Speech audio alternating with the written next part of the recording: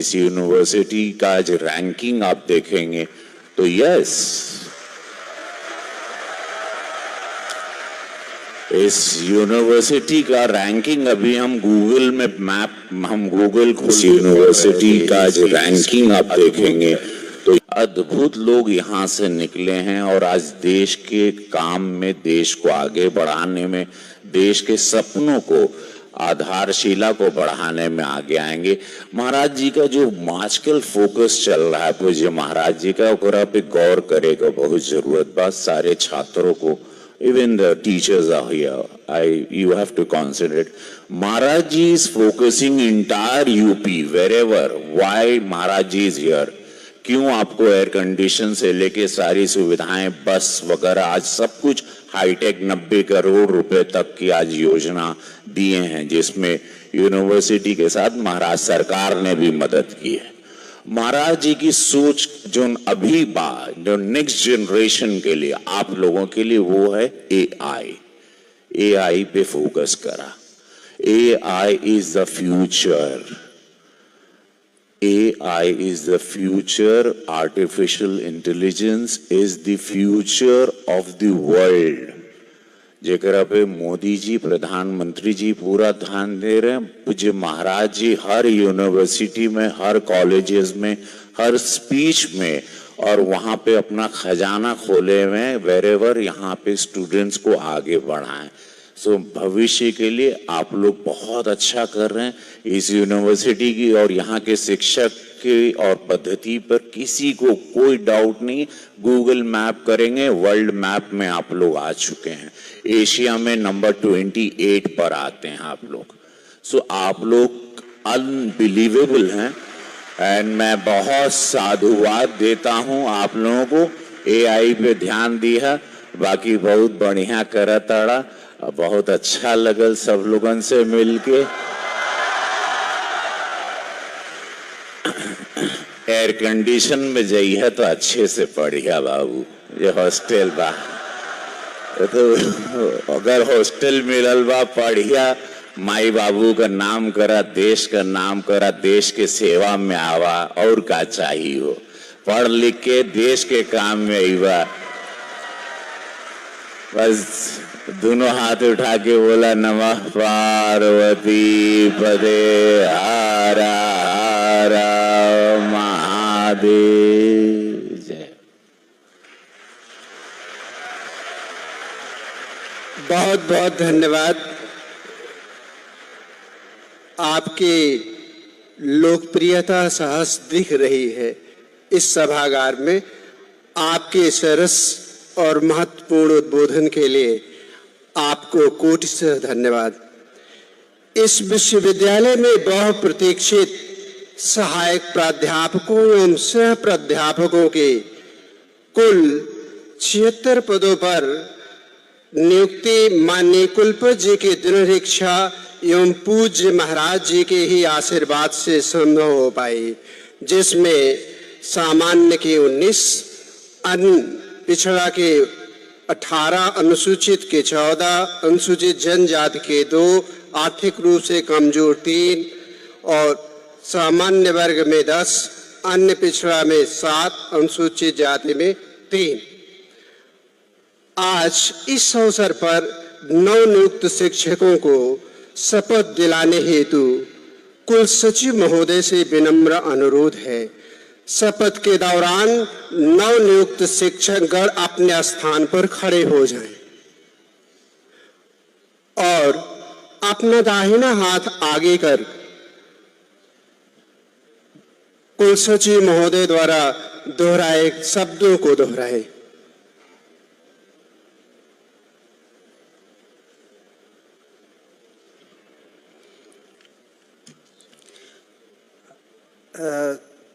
आई के बाद सभी लोग अपना नाम दोहराएंगे।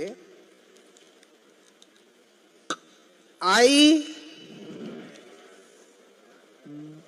do swear and solemnly affirm that I will be faithful and bear true allegiance to the Constitution of India as established by law, and that I will carry out the duties of my office with loyalty, honesty, and with impartiality. I hereby take an oath of secrecy to maintained by me as desired under the Official Secrets Act and CCS conduct rules. So help me God.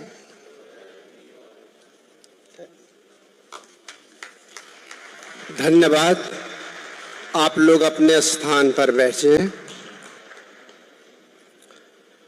पूज्य महाराज जी को हर्ष के साथ अवगत कराना है कि यह विश्वविद्यालय माननीय कुलपति प्रोफेसर जेपी सैनी के कुशल नेतृत्व में नवाचार, शोध एवं अनुसंधान के लिए प्रतिबद्ध है। राष्ट्रीय एवं अंतर्राष्ट्रीय मानकों पर इसकी रैंकिंग इसका साक्षी है। इसको और गति देने के लिए विश्वविद्यालय द्वारा शिक्षकों एवं छात्रों को उनके उत्कृष्ट अनुसंधान हेतु पुरस्कार एवं प्रोत्साहन योजना के अंतर्गत उच्च कोटि के शोध पत्रों पर 2 लाख रुपए प्रति शोध पत्र तक की धनराशि एवं प्रशस्ति पत्र देने का प्राविधान सुनिश्चित किया गया है। साथ ही पेटेंट शोध परियोजनाओं के सफल संचालन हेतु पुरस्कृत करने का भी निर्णय लिया गया है। इस योजना के अंतर्गत विगत 6 महीने में शोध परिणाम के आधार पर 30 शिक्षकों एवं 65 छात्रों को शोध हेतु, 3 शिक्षकों एवं 4 छात्रों को पेटेंट हेतु तथा 4 शिक्षकों को शोध परियोजनाओं के अंतर्गत चयन किया गया है। सांकेतिक रूप से 6 शिक्षकों एवं 5 छात्रों को पुरस्कार एवं 3 शिक्षकों को उनके उत्कृष्ट योगदान के लिए प्रशस्ति पत्र प्रदान करने हेतु माननीय मुख्यमंत्री जी एवं मंचासीन अन्य अतिथियों से सादर निवेदन है।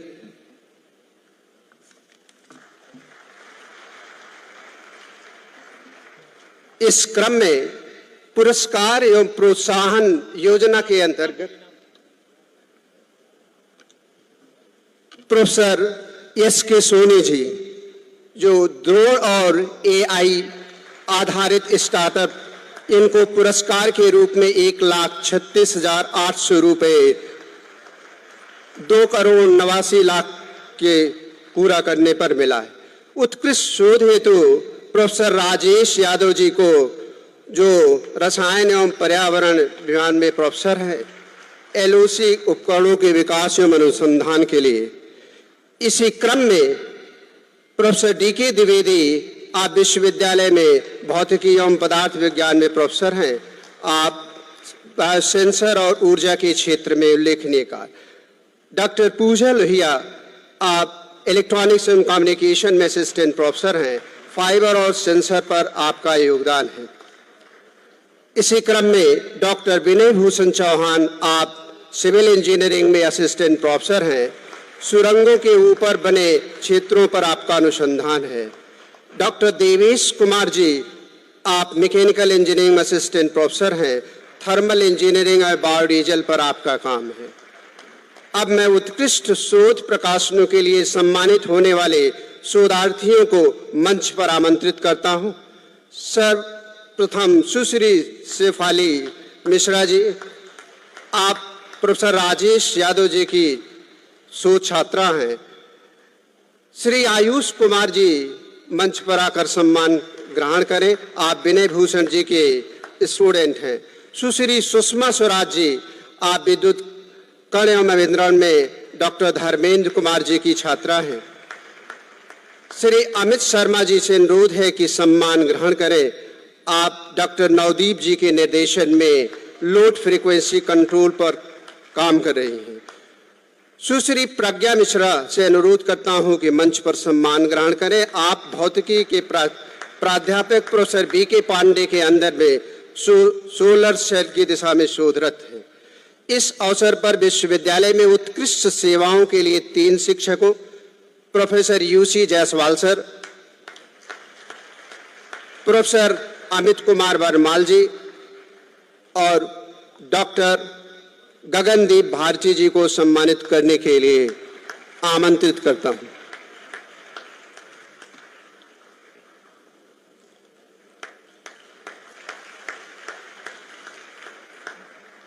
बहुत बहुत धन्यवाद।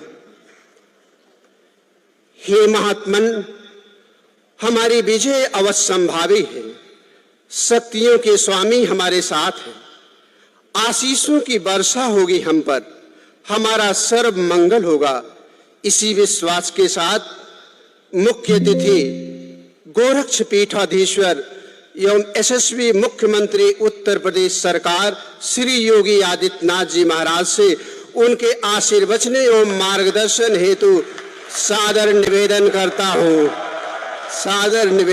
हूं।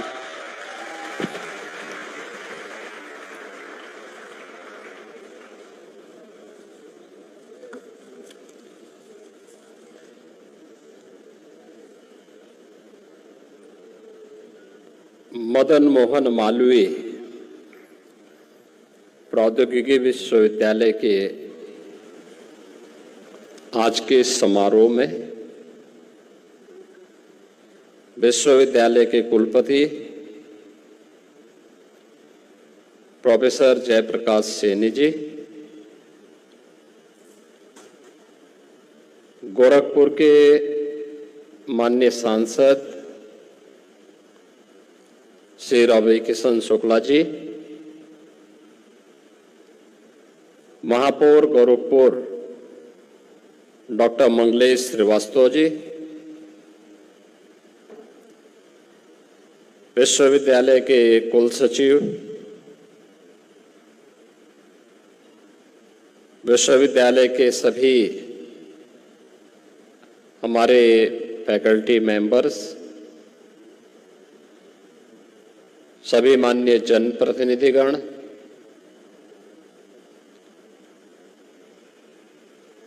और विश्वविद्यालय के सभी छात्र छात्राएं,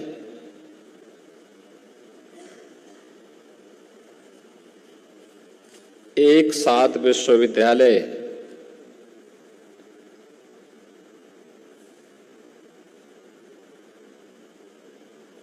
को यहाँ पर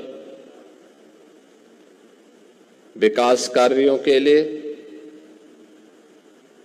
नई फैकल्टी के लिए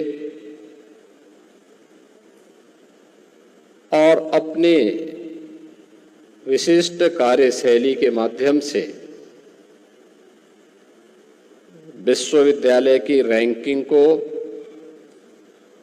बेहतर बनाने के लिए योगदान देने के लिए आयोजित आज के इस कार्यक्रम के अवसर पर मैं पूरे विश्वविद्यालय परिवार को हृदय से बधाई देते हुए आप सबके प्रति मैं अपनी शुभकामनाएं देता हूं।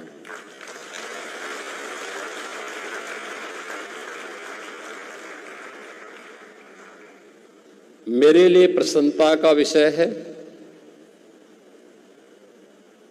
कि मदन मोहन मालवीय प्रौद्योगिकी विश्वविद्यालय यह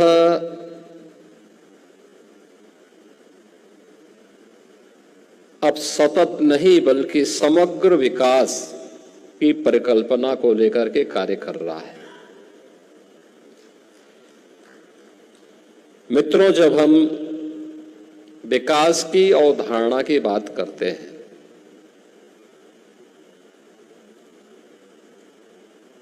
तो भारतीय मनीषा ने पश्चिम की सस्टेनेबल डेवलपमेंट की बजाय यानी सतत विकास की बजाय एक समग्र विकास की परिकल्पना को सामने रखा था।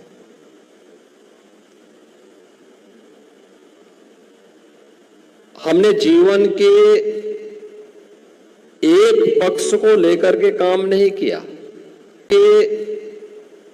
एक पक्ष को लेकर के काम नहीं किया। हमारा दृष्टिकोण समग्रता को लेकर के होता है और उस समग्रता का दर्शन आज यहां पर विश्वविद्यालय के अंदर नव निर्माण के कार्यक्रमों के लोकार्पण और शिलान्यास के इस कार्यक्रम के माध्यम से विश्वविद्यालय के लिए नव चयनित फैकल्टी मेंबर्स की नियुक्ति और शपथ ग्रहण समारोह के माध्यम से और अपनी अपनी विषय को लेकर के विश्वविद्यालय को बेहतर रैंकिंग प्रदान करने वाले उन शिक्षकों के सम्मान को लेकर के, यह समग्र दृष्टि नहीं तो क्या है? अगर हमारा पक्ष सतत का होता, सस्टेनेबल होता, तो हम किसी एक पक्ष को लेकर के काम करते, उसी पर फोकस करते। लेकिन नहीं, यह भारतीय दृष्टि है कि हम समग्रता पर विश्वास करते हुए आगे बढ़ेंगे और आज उसका दर्शन इस विश्वविद्यालय के अवसर पर हो रहा है। मैं नवनियुक्त 76 शिक्षकों को, जिन्हें अभी यहां पर विश्वविद्यालय के कुलपति ने शपथ ग्रहण करवाया है, विश्वविद्यालय परिवार में शामिल होने के लिए मैं उनका हृदय से अभिनंदन करता हूं और उन्हें इस बात को ध्यान में रखना होगा कि वे विश्वविद्यालय परिवार का हिस्सा बने हैं।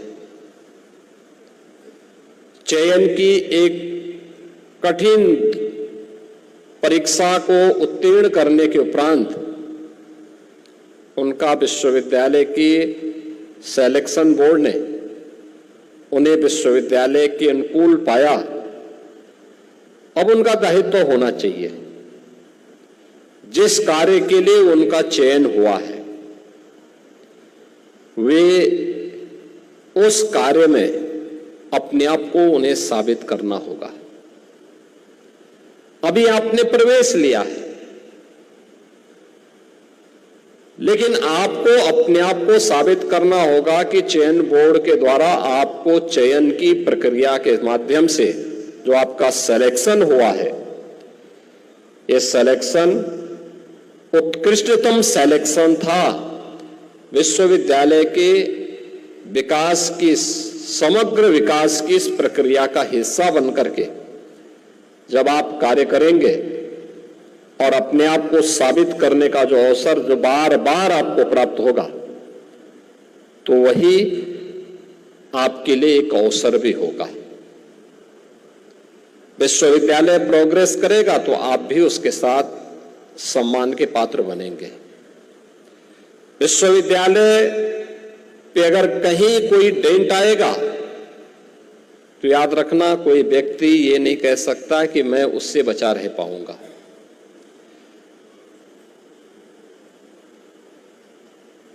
हर एक व्यक्ति जो संस्था से जुड़ा हुआ है उसकी प्रगति का हिस्सेदार भी है, और अगर उसकी प्रगति नहीं बल्कि उन्नति के बजाय वह अवनति की तरफ जा रहा है तो उस अवनति के लिए जिम्मेदार भी है। ये दोनों चीजें जीवन में समान रूप से चलती हैं। कोई भी सफलता टीम वर्क से ही प्राप्त होता है और कोई भी विफलता जब टीम वर्क में सभी सदस्य केवल अपने लिए तो सोचते हैं, इंस्टीट्यूशन के हित में नहीं सोचते, तो उस आपसी खींचतान के कारण उसके विकास पर प्रतिकूल असर पड़ता है। और अगर वह कोई इंस्टीट्यूशन है तो उसकी रैंकिंग भी उससे प्रभावित होती भी जाती है। आज का समय एक प्रतिस्पर्धा का समय है। आपने देखा होगा, कभी भारत दुनिया के अंदर शिक्षा में, तकनीक में दुनिया का मार्गदर्शन करता था। हम विश्व गुरु कहलाए क्योंकि हम लीड करते थे दुनिया को। कहते हैं 1600 ईस्वी के पहले दुनिया की जीडीपी में भारत की हिस्सेदारी 30% से अधिक थी।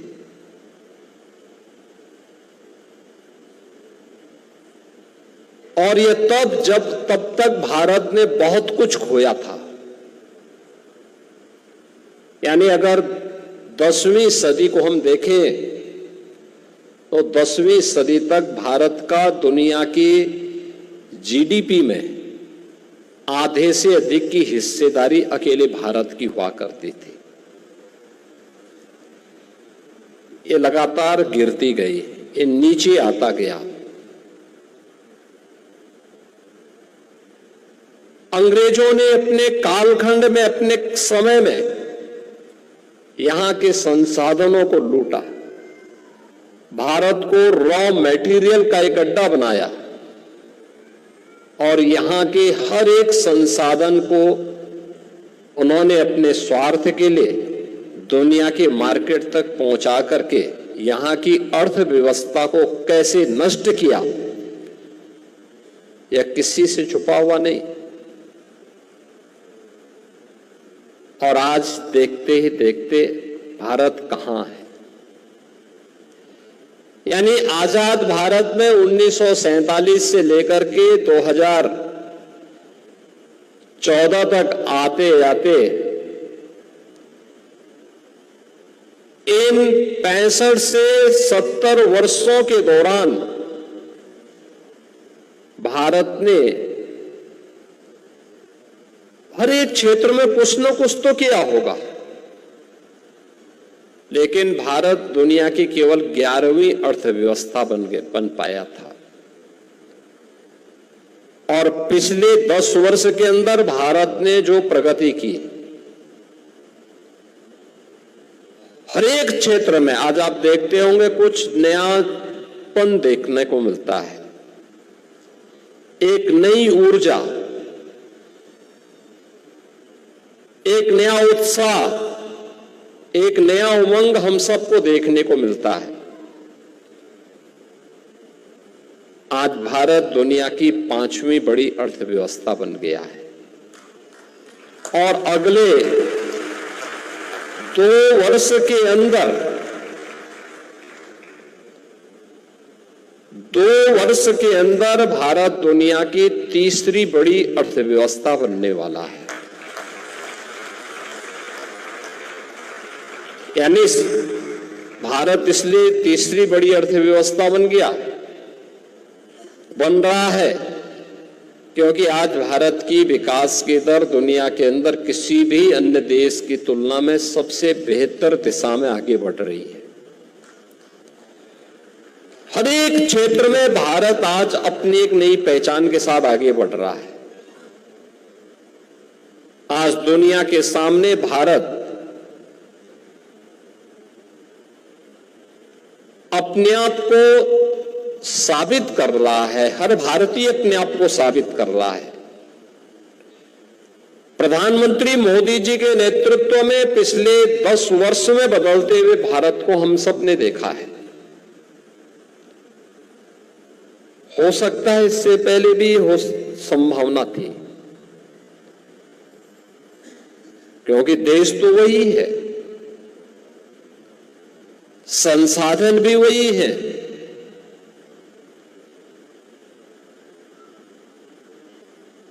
तंत्र भी वही है, नेतृत्व बदला और उस नेतृत्व ने अपने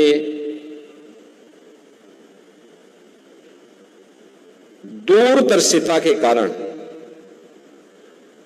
आज भारत को दुनिया के सामने उन ऊंचाइयों तक पहुंचाने का काम किया है जहां पर जाने के लिए पूरी दुनिया उतावली दिखती है।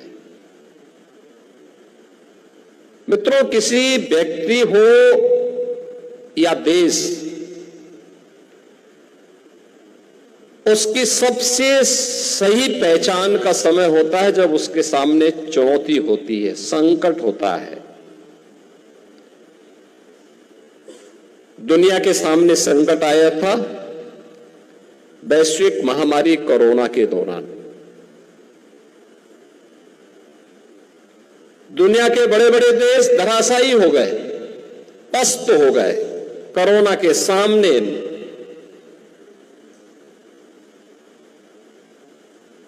उनकी हालत अत्यंत खराब हो चुकी थी। लेकिन भारत एक ऐसा देश था जहां पर प्रधानमंत्री मोदी जी के नेतृत्व में पूरा भारत लोकतांत्रिक मूल्यों को बनाए रखते हुए भी 140 करोड़ लोगों को फ्री में टेस्टिंग की सुविधा प्रदान कर रहा था। उन्हें फ्री में उपचार की सुविधा भी प्रदान कर रहा था। उनके लिए वैक्सीनेशन के कार्यक्रम को भी उनके साथ जोड़ रहा था। फ्री में वैक्सीन भी सभी लोगों को दे दिए और जरूरतमंदों को फ्री में राशन की सुविधा का भी लाभ प्रदान कर रहा था। दुनिया के अंदर किसी देश में नहीं हो पा रहा था। कहीं वैक्सीन नहीं था, कहीं टेस्टिंग किट नहीं थी, कहीं पर राशन के लिए लोग परेशान थे, कहीं उपचार की व्यवस्था नहीं थी और दुनिया की बड़ी बड़ी ताकतें इस महामारी के सामने पस्त होती भी दिखाई दी। लेकिन भारत ने अपने आप को साबित किया। अवसर सबको मिलते हैं, याद रखना।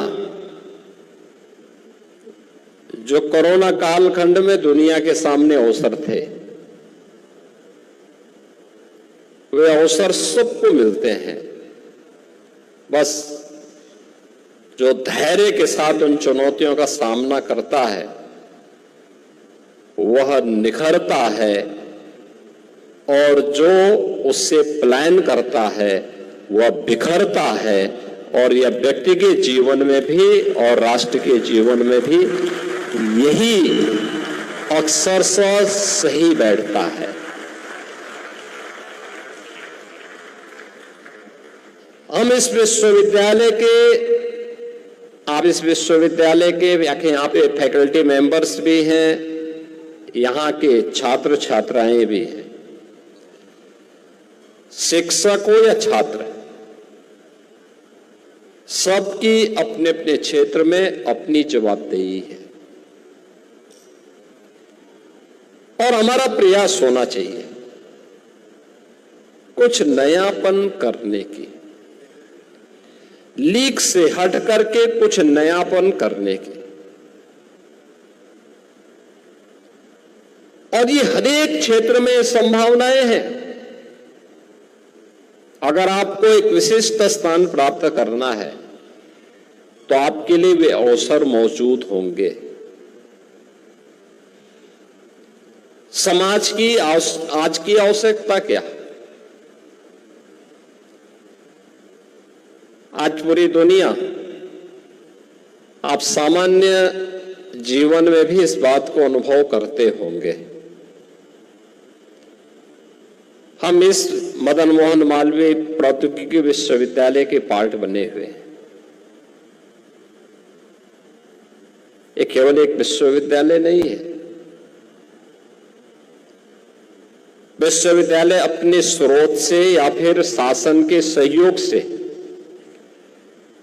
इसको संचालित कर रहा है। अगर यही निजी क्षेत्र में होता तो एक एक छात्र की फीस बहुत ज्यादा होती, बहुत ज्यादा होती। सामान्य छात्र उसको वहन करने में असमर्थ होता, चुनौती होती उसके सामने। लेकिन शासन ने उसको एक व्यवस्था के साथ जोड़ा कि हर एक छात्र को अवसर मिल सके, वह आगे बढ़ सके।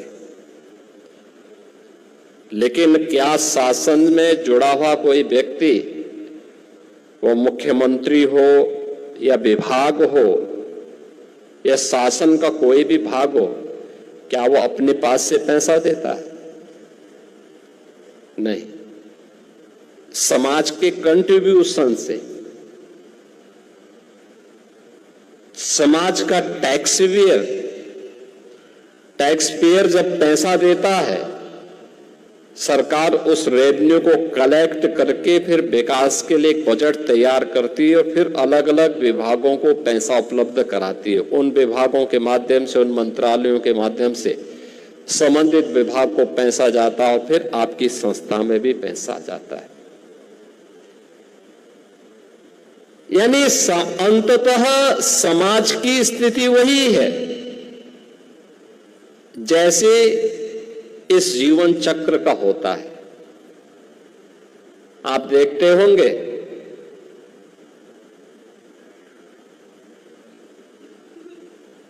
कि बरसात होती है,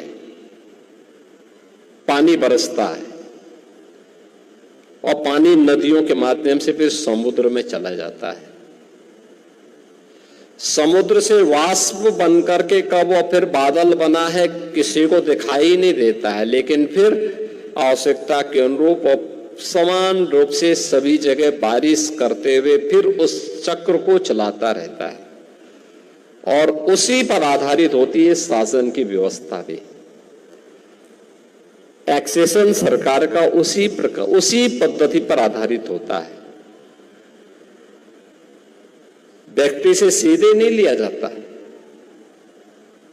कहीं जीएसटी के माध्यम से लेता है, कहीं पर वैट के माध्यम से सरकार लेती है, कहीं पर किसी अन्य उसके माध्यम से पैसा सरकार के पास आता है। यानी अगर आप कहें तो इस पूरा जीवन चक्र एक दूसरे के साथ समन्वय और एक दूसरे के साथ सहयोग पर आधारित होता है। तो हमारी भी तो कोई जिम्मेदारी बनती है उनके प्रति। आप अपने आप को केवल एक कैंपस तक सीमित कैसे कर सकते हैं? आखिर उस समाज के प्रति भी तो हमारी कोई जिम्मेदारी होनी चाहिए और अपने देश के प्रति भी हमारी कोई जिम्मेदारी होनी चाहिए।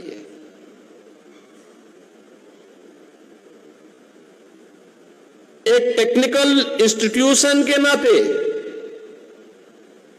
एक टेक्निकल यूनिवर्सिटी के नाते भी आपकी जिम्मेदारी होती है कि हम सस्ती तकनीक कैसे उन लोगों तक पहुंचा सके। और ये हर एक क्षेत्र में हो सकता है। आज की चुनौती क्या है?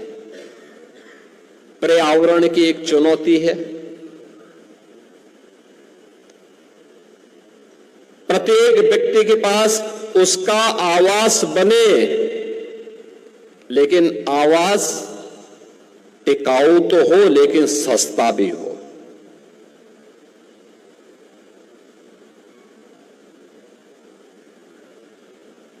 विकास के लिए कम्युनिकेशन बहुत महत्वपूर्ण साधन है। कैसे हम तकनीक ऐसा पैदा करें कि हर एक व्यक्ति को समाज के अंदर होने वाली प्रत्येक घटना की जानकारी समयबद्ध तरीके से लेकिन सामान्य वे के साथ मिले, अतिरिक्त उसको ऊर्जा न लगानी पड़े, उसको वह उपलब्ध हो सके। ऐसा कौन सी तकनीक अपनाई जा सकती है कि वह व्यक्ति अपने जीवन को बहुत सरलतापूर्ण, सहजतापूर्ण तरीके से अपनी न्यूनतम आवश्यकताओं की पूर्ति कर सके। तकनीक इसमें बहुत बड़ी भूमिका का निर्वहन कर सकता है, बहुत बड़ी भूमिका का निर्वहन कर सकता है।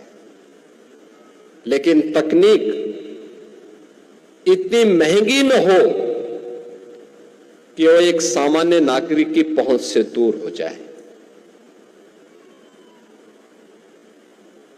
तकनीक से पिछले 10 वर्ष में देश के अंदर बहुत परिवर्तन हुए, लेकिन दैनिक जीवन की स्थिति, दैनिक जीवन में हम उसका उपयोग कैसे कर सकते हैं? अब हर वर्ष हम लोग आवासीय व्यवस्था के लिए, गरीबों के लिए प्रधानमंत्री आवास योजना या मुख्यमंत्री आवास की योजना निकालते हैं।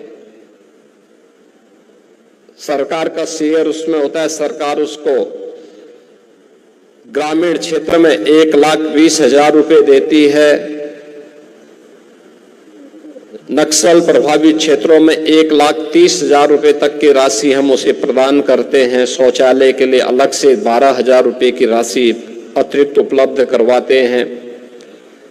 नगरीय क्षेत्र में 2.5 लाख रुपए की एक राशि हम उस गरीब को उपलब्ध करवाते हैं।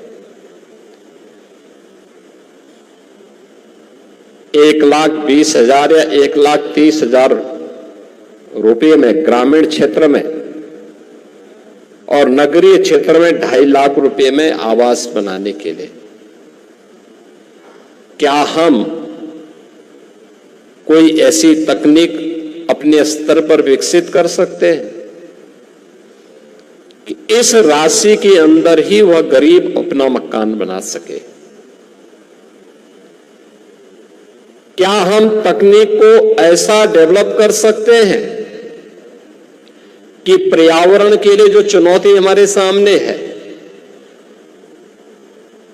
ईंट का इस्तेमाल हम करते हैं। ईंट जो सबसे उर्वरा भूमि होती है उसी से ईंट भी बनते हैं, उसी मिट्टी से ईंट बनते हैं। और ईंट के भट्टे जहां लगाए जाएंगे उसके आसपास के क्षेत्र में आप देखते होंगे कि काफी बड़ी भूमि, काफी बड़ी लैंड ऐसी होती है जो अनुपजाऊ सी हो जाती है। बहुत पहले से आप भी सुनते रहे होंगे, कहीं ईंट का भट्टा लगता है, उसके अगल बगल कोई बाग होगा, वो बाग खराब हो जाता है। अगर आप कभी सर्दियों में ईंट के भट्टे के आसपास के क्षेत्र में ग्राउंड वाटर इस्तेमाल करिए, आपको बहुत गर्म मिलेगा, बहुत गर्म मिलेगा। सामान्यतः ग्राउंड वाटर की स्थिति क्या है? आप गर्मियों में आप उसको लीजिए, सुबह दोपहर शाम आपको ठंडा मिलेगा। लेकिन अगर आप सर्दियों में लेंगे तो वह हल्का गर्म मिलता है। लेकिन ईंट के भट्टे के आसपास कहीं भी आप उसको लेंगे तो उसका टेम्परेचर बहुत ज्यादा बढ़ा होगा, यानी वह कहीं ना कहीं आपके पर्यावरण को खराब कर रहा है। हमने सॉलिड एंड लिक्विड वेस्ट के निस्तारण के लिए कौन सी तकनीक विकसित की है, जबकि आप भी उस प्रक्रिया का हिस्सा बने हुए हैं? ऐसा नहीं कि आप उस प्रक्रिया के साथ न जुड़े हुए हों। ये बनाया जा सकता है, सस्ते मॉडल खड़े किए जा सकते हैं। हम किसी एक परिसर को ध्यान में रख करके इस कार्यक्रम को कर सकते हैं। और ये तो हमारी पुरानी परंपरा पर, हमारी भारत के अंदर तो ये चीजें गांव-गांव में पहले होती थी। कहा गांव में पहले क्या होता था, कुछ चीजों के लिए व्यवस्था बनाई गई थी। जैसे हर गांव में खाद का गड्ढा होता था। खाद का गड्ढा क्या बताता था? खाद का गड्ढा इस बात को बताता था कि गांव में सॉलिड वेस्ट को कहां इकट्ठा कर देना है। सॉलिड वेस्ट का वो स्थान हो जाता था और वह साल भर का सॉलिड वेस्ट एक जगह इकट्ठा होता था और फिर वही कंपोस्ट बनता था। लोग उसको अपने खेत में फिर लेके जाते थे, फिर अगले साल के लिए उसको तैयार कर देते थे। सॉलिड वेस्ट का एक माध्यम था। धीरे धीरे करके उस पे कब्जे होते गए। आज न शहर में डंपिंग ग्राउंड बन गए, बड़े बड़े कूड़े के पहाड़ खड़े हो गए, जहां पर हम लोगों ने सॉलिड वेस्ट प्रबंधन के लिए कुछ कार्यक्रम प्रारंभ भी किए। हर एक अर्बन बॉडीज उसको वहन करने की स्थिति में नहीं होती, क्योंकि बहुत महंगे हो जाते हैं।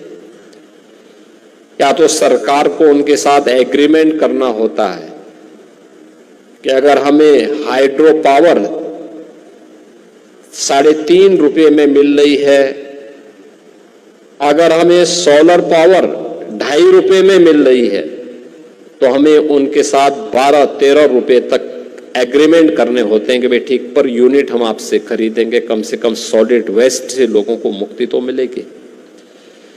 क्या तकनीक को इतना सस्ता बनाया जा सकता है कि पर यूनिट बनने वाली बिजली उससे सस्ती पड़ सके और हम उस सिस्टम को व्यवहारिक धरातल पर उतारने में सफल हो सके? और ये चुनौती आपके सामने है, ये हमेशा चुनौती आपके सामने बनी रहेगी। सिविल के क्षेत्र में भी सस्ते आवास बनाने आपके सामने एक चुनौती होगी। कैसे हो सकता है? हमारे पास ईंट का विकल्प हम क्या दे सकते हैं?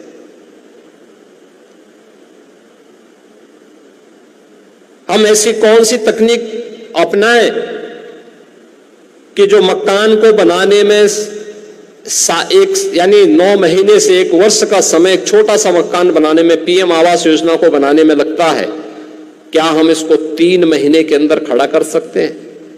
बन सकता है। तकनीक का उपयोग करते हुए अंदर की दीवारों का भी विकल्प दिया जा सकता है। हमें थोड़े प्रयास करने होंगे और मुझे लगता है कि इस पर शोध करने का केंद्र बिंदु, चाहे ये हो, चाहे वह हाई राइज बिल्डिंग हो, इन सभी के लिए हमें अपने संस्थानों में इस पे कार्य करने की आवश्यकता है। हर व्यक्ति को अपना आवास चाहिए, हर व्यक्ति को उसका रहन सहन अच्छा हो सके। ईज ऑफ लिविंग के लक्ष्य को हम प्राप्त कर सके, और ये तभी हो सकता है जब हम लोग सस्ती तकनीक उन्हें उपलब्ध कराने में अपना योगदान दे सकें। विश्वविद्यालय और तकनीकी संस्थानों की जिम्मेदारी बनती है। दूसरा, मॉडर्न टेक्नोलॉजी के साथ भी हम लोगों को जोड़ें, लेकिन याद रखें कि तकनीक हमारे द्वारा संचालित हो, हम तकनीक के द्वारा संचालित न हो। क्योंकि तकनीक का जब तक हम इस्तेमाल कर रहे हैं तब तक वह लोक कल्याण का माध्यम बनेगी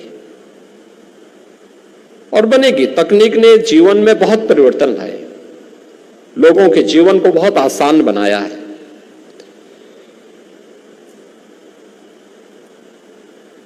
आज हम उत्तर प्रदेश में 15 करोड़ लोगों को फ्री में राशन की सुविधा उपलब्ध करवाते हैं और उन 15 करोड़ लोगों को राशन की सुविधा मिल रही कि नहीं मिल रही है, हमने फाइंड सेल मशीन के माध्यम से एक एक को हम ऑब्जर्व कर सकते हैं। इससे पहले ये चीजें नहीं थी 2017 के पहले जब मैंने एक दिन में सभी 80,000 फेयर प्राइस 100 पे छापे मरवाए थे, आप आश्चर्य करेंगे कि मुझे 30 लाख फेक राशन कार्ड मिले थे। 30 लाख, यानी उन 30 लाख परिवारों के नाम पर राशन निकलता था लेकिन उन गरीबों तक नहीं पहुंच पाता था। और आज मैं कह सकता हूं कि 15 करोड़ लोगों को, हर एक परिवार को जितनी उनकी यूनिट होगी उन सभी यूनिट को आज राशन की सुविधा का लाभ उत्तर प्रदेश में प्राप्त हो रहा है, पॉइंट सेल मशीन के माध्यम से, ई पॉस मशीन के माध्यम से। आखिर तकनीक से संभव हो पाया। हम लोग आज उत्तर प्रदेश में 1 करोड़ 6 लाख वृद्धजनों को, निराश्रित महिलाओं को और दिव्यांग जनों को 12,000 रुपये वार्षिक पेंशन की सुविधा दे रहे हैं। पैसा हर तीसरे महीने उनके अकाउंट में सीधे चली जाती है। जब ये मैनुअली था 300 रुपये उन्हें पेंशन मिलती थी, एक महीने की 300 रुपया। हमने उसको बढ़ा करके 1,000 रुपया किया और 300 रुपये पेंशन मिलती थी, 6 महीने में एक बार मिलती थी। शासन से 6 महीने में एक बार जिले में आती थी, यानी 1,800 रुपया उनको अगर मिला तो 1,800 रुपये में से वहां का जो बाबू होता था वह अपना कट मांगता था उस गरीब से। और परिणाम क्या होता था कि एक तो पेंशन के लिए जाते आते समय 1,800 की बजाय उस व्यक्ति के तक बामुश्किल 200-300 रुपये ही पहुंच पाता था, क्योंकि आने जाने का किराया, बाबू का कट और ये सभी चीजें। लेकिन आज तकनीक ने उस कट को भी और उस किराए को भी पूरी तरह समाप्त कर दिया है। सीधे उसके अकाउंट में पैसा जा रहा है और हर एक गांव में आज के दिन पर वीसी सखी है। वीसी सखी के माध्यम से वह सीधे अपने पैसे को कभी भी आहरित कर सकते हैं, कभी भी निकाल सकते हैं, कभी भी पैसा जमा कर सकते हैं। शासन की सुविधा और शासन के द्वारा अपनाई गई तकनीक एक व्यक्ति के जीवन में परिवर्तन कर सकती है। पर्यावरण के मामले में आप देखते होंगे, पर्यावरण के मामले में भी ये चीजें बहुत कुछ कर सकती है। 2017 के पहले आपने देखा होगा जितनी भी अर्बन बॉडीज में स्ट्रीट लाइट लगती थी, ये स्ट्रीट लाइट हैलोजन के होते थे। एक तो पावर कंज्यूम इसमें बहुत ज्यादा होता था, दूसरा वह कभी जलता था और कभी अचानक बंद हो जाता था। कोई पीली होती थी, कोई नीली होती थी, कोई लाल जलती थी, अचानक बंद हो गया, फिर चालू होने में उसको कुछ समय लगता था। और बरसात के समय तो उस लाइट के नीचे कोई खड़ा भी नहीं हो सकता था, इतने कीड़े उस पे आते थे, इतने जलते थे, बदबू आती थी। आज आप देखते होंगे हम लोगों ने 16 लाख एलोजेन और अन्य रंग बिरंगी जो लाइटें थी इनको हटवा करके, स्ट्रीट लाइट को हटा करके स्ट्रीट लाइट में उसे बदला, LED street light. LED street light power consume कम हो रहा, उसका घटत काफी कम हुआ है। यानी इसमें सालाना प्रदेश सरकार को, नगर विकास विभाग को 1000 करोड़ रुपए सालाना बचत होती है एलईडी स्ट्रीट लाइट लगाने से।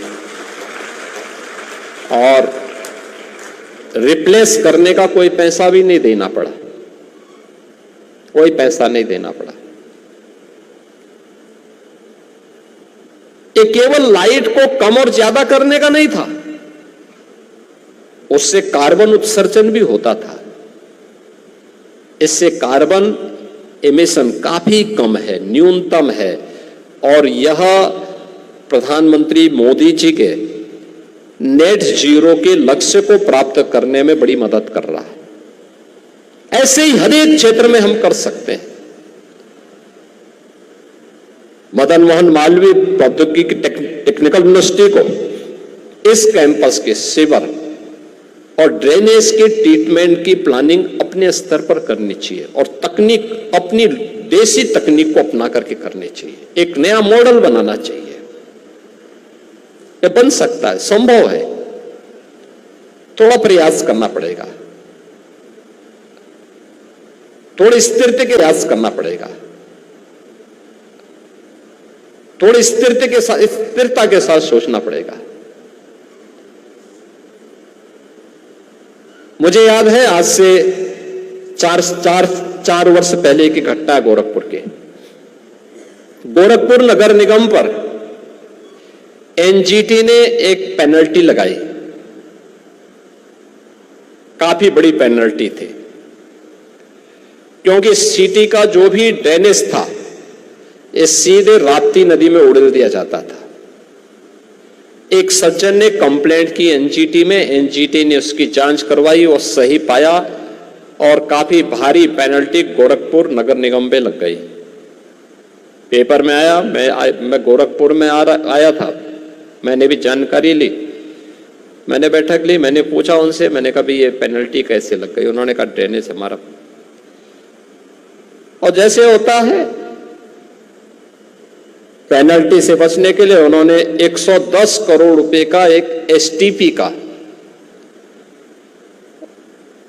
एक ट्रीटमेंट प्लांट स्थापित करने के लिए शासन के पास अपना प्रस्ताव भेज दिया। तो मैंने उनसे कहा, मैंने कहा भी एसटीपी की बजाय आप देसी पद्धति अपनाइए, आपके पास लैंड है और उस पद्धति को अपनाएंगे, सस्ता भी पड़ेगा और आपके लिए एक लंबे समय तक ये काम भी कर पाएगा।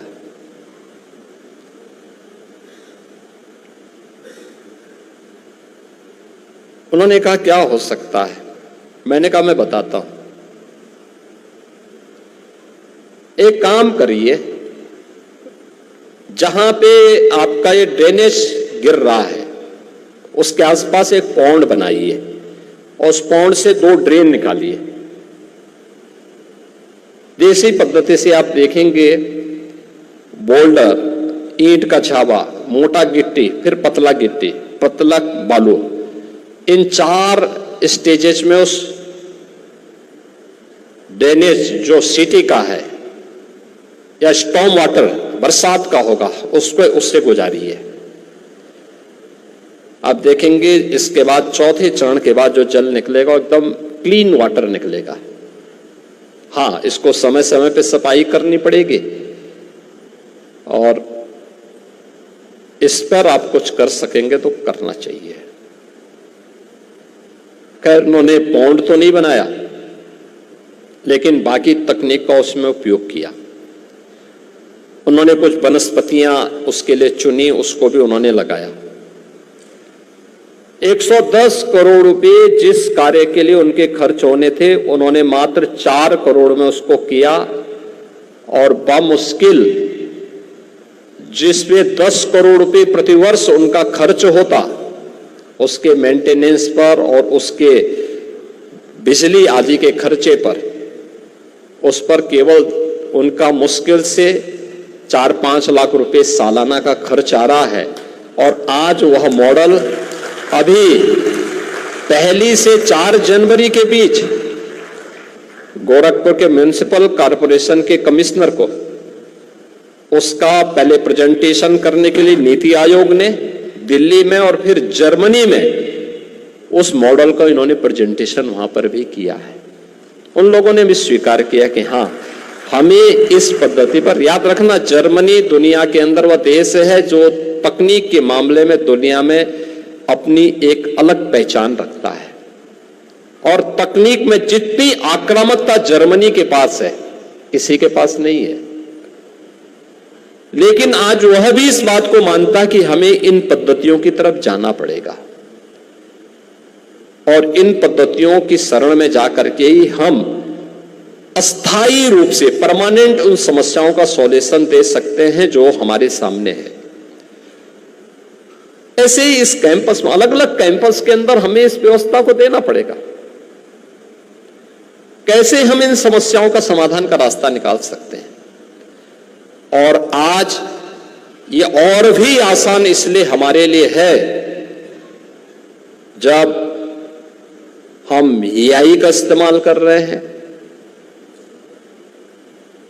रोबोटिक का इस्तेमाल कैसे हो सकता है कि सीवर की सफाई के लिए कहीं पे किसी व्यक्ति को उसमें उतर करके न जाना पड़े, बल्कि हम तकनीक का उपयोग करते, रोबोटिक का इस्तेमाल करते हुए उस ड्रेनेज को भी और सीवर को भी सफाई करने में उसका इस्तेमाल कर सके, लेकिन वह सस्ती हो। हर एक व्यक्ति उस महंगे खर्चे को उठाने की सामर्थ्य नहीं रख सकता। हर एक म्युनिसिपल कॉरपोरेशन या हर एक अर्बन बॉडी इसको नहीं उठा सकती। कैसे हो सकता है, कैसे हम उसको कर सकते हैं। आज दुनिया कहां पहुंच चुकी है। क्या मदन मोहन मालवीय प्रौद्योगिकी विश्वविद्यालय भारत के उन प्रतिस्पर्धा के क्षेत्र में अपने आप को आगे करेगा? क्वांटम कंप्यूटिंग के लिए नए सेंटर स्थापित करने, नए हब को स्थापित करने की एक नई प्रतिस्पर्धा प्रारंभ हुई है।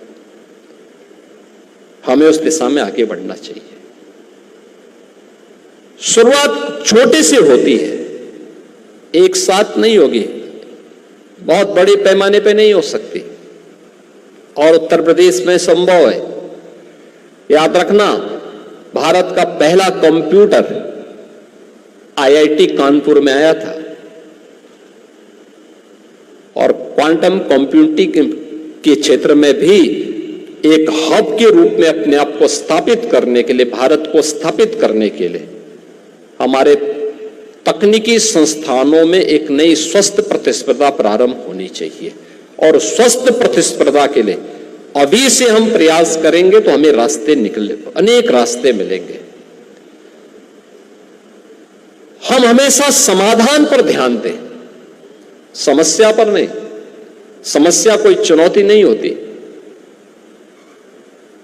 समस्या हमारे जीवन की चुनौती नहीं हो सकती। चुनौती तो इस बात पर निर्भर करती है कि हम क्या चाहते हैं।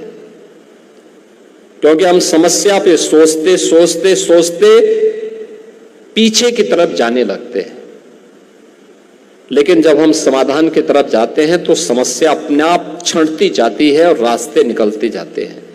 इसलिए समाधान की तरफ जाएंगे तो रास्ते निकलेंगे, और समस्या पे सोचोगे तो आपके पास 10 बहाने मिलते जाएंगे।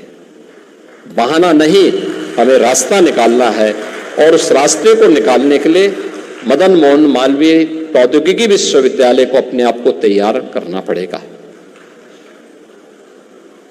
बहुत सारी अच्छी रैंकिंग आपकी आई है। मैं देख रहा था विश्वविद्यालय की रैंकिंग को भी, अलग अलग क्षेत्र में विश्वविद्यालय ने बहुत अच्छी रैंकिंग के साथ अपने कार्य को आगे बढ़ाया है।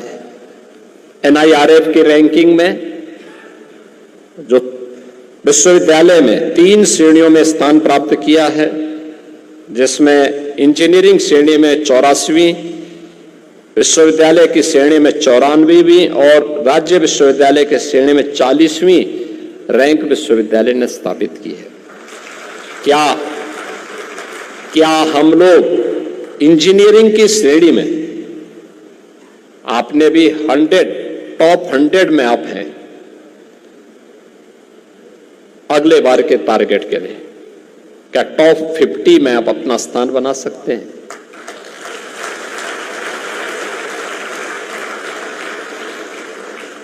विश्वविद्यालय के श्रेणी में 94वीं की बजाय हम टॉप 50 में पहले फर्स्ट पेज में इसको अपने आप को तैयार कर सकते हैं।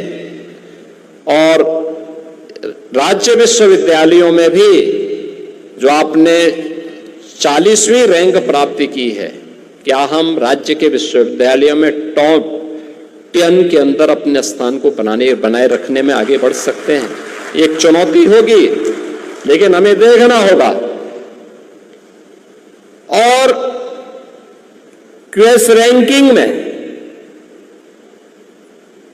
अभी तो साउथ एशिया और एशिया में ही हमारी रैंकिंग, हमें काम करना होगा।